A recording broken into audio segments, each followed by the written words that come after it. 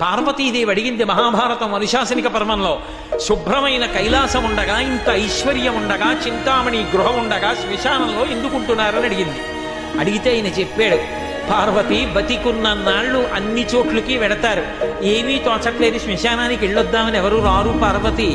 నేనంతవాణ్ణంటాడు, పొడుగ్గా ఉన్నానంటాడు, తెల్లగా ఉన్నానంటాడు, పండితుండంటాడు, పద్యాలు నాకు నోటికొచ్చంటాడు, ఉపన్యాసం చెప్పగలనంటాడు, నాకు పాటలొచ్చంటాడు, నేను నాట్యం చేస్తానంటాడు, నేను అధికారినంటాడు, నా దగ్గర డబ్బు ఉందంటాడు.